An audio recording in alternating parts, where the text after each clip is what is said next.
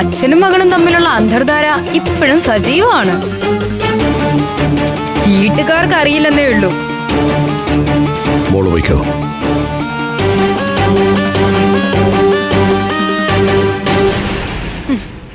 ഈ car break ഇട്ട് നിർത്താതെ തന്റെ പുന്നാര മോളുടെ നെഞ്ചത്തോട്ട് കയറ്റാൻ അറിയാൻ വയ്യാഞ്ഞിട്ടല്ല.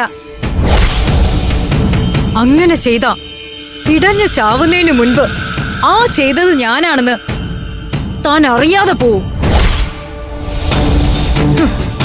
അതുകൊണ്ട് മാത്രം താൻ ഇപ്പോഴും എന്റെ മുൻപിലെ ജീവനോടെ നിൽക്കുന്നേ. മതി, എനിക്കല്പം തിരക്കുണ്ട്. ഏയ്, ഇപ്പോഴേ എങ്ങനെ പേടിച്ചോടിയാൽ എങ്ങനാ? എന്റെ മൗനം ഭയമല്ല. അങ്ങനെ ഒരു തെറ്റിദ്ധാരണ ഉണ്ടെങ്കിൽ അതിപ്പോ തന്നെ മാറ്റിക്കോ, അതാ നല്ലത്.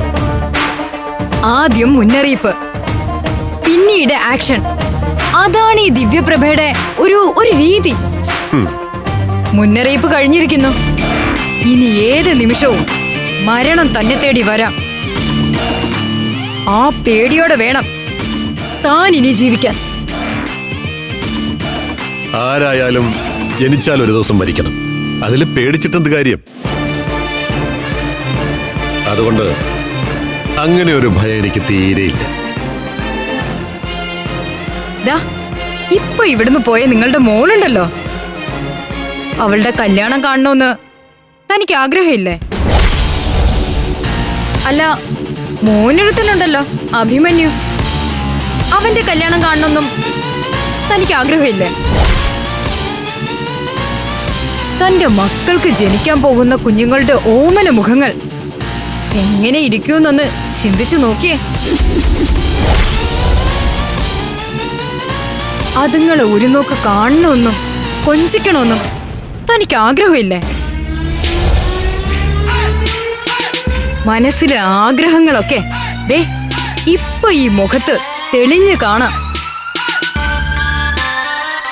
അതുകൊണ്ട് നുണ പറയാൻ ശ്രമിക്കണ്ട. ഇപ്പൊ തനിക്ക് ആഗ്രഹങ്ങൾ തോന്നി തുടങ്ങി. ഇനി താൻ മരണത്തെ ഭയക്കും. എന്റെ അച്ഛൻ ഒരിക്കൽ ജീവിക്കാൻ കൊതിച്ചതുപോലെ താനും ജീവിക്കാൻ കൊതിക്കും.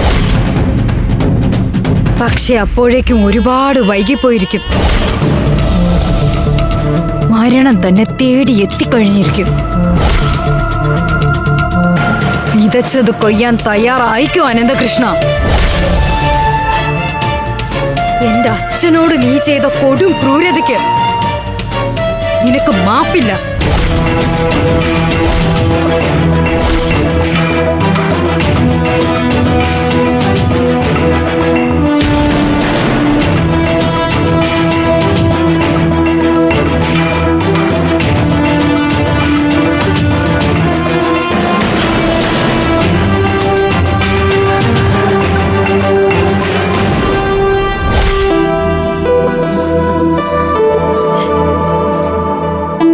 സുന്ദരിയായിട്ടുണ്ട്.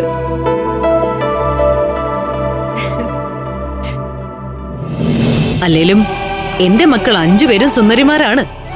വിവേകിന്റെ കുടുംബത്തില് കൂടുതൽ ചെറുക്കന്മാരുണ്ടെങ്കിലേ ബാക്കിയുള്ള പഞ്ചരത്നങ്ങളെയും ആ കുടുംബക്കാര് തന്നെ കൊണ്ടുപോകും.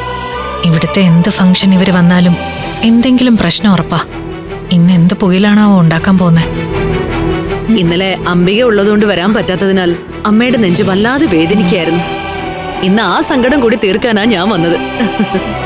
കലയമ്മയും അംബിക മാമിയും തമ്മിലുള്ള പ്രശ്നങ്ങൾ ഞാൻ പറഞ്ഞു തീർത്തോളാം. നീ വലിയവളാ മോളെ. അത്രയും നല്ലൊരു മനസ്സുള്ളത് കൊണ്ടല്ലേ ഞാനും അംബികയും തമ്മിലുള്ള പ്രശ്നം തീർക്കാമെന്ന് നീ പറഞ്ഞത്. ഈ സ്നേഹം സത്യാണോ കപടമാണോന്ന് എനിക്കിപ്പോ നല്ല സംശയമുണ്ട്. ഈ ഒരു കല്യാണാലോചന മുടങ്ങിയാ സ്വാഭാവികമായും 3 കല്യാണവും മുടങ്ങിക്കോളും. എനിക്ക് അകത്തേക്ക് വരാമോ? ഫ്ലവേഴ്സ് ഒരുക്കുന്ന കാഴ്ച വസന്തം യൂട്യൂബിൽ പ്രേക്ഷകർക്ക് ലൈവായി കാണാം. ഫ്ലവേഴ്സ് കോമഡിയിൽ ജോയിൻ ചെയ്യൂ, ആസ്വദിക്കൂ.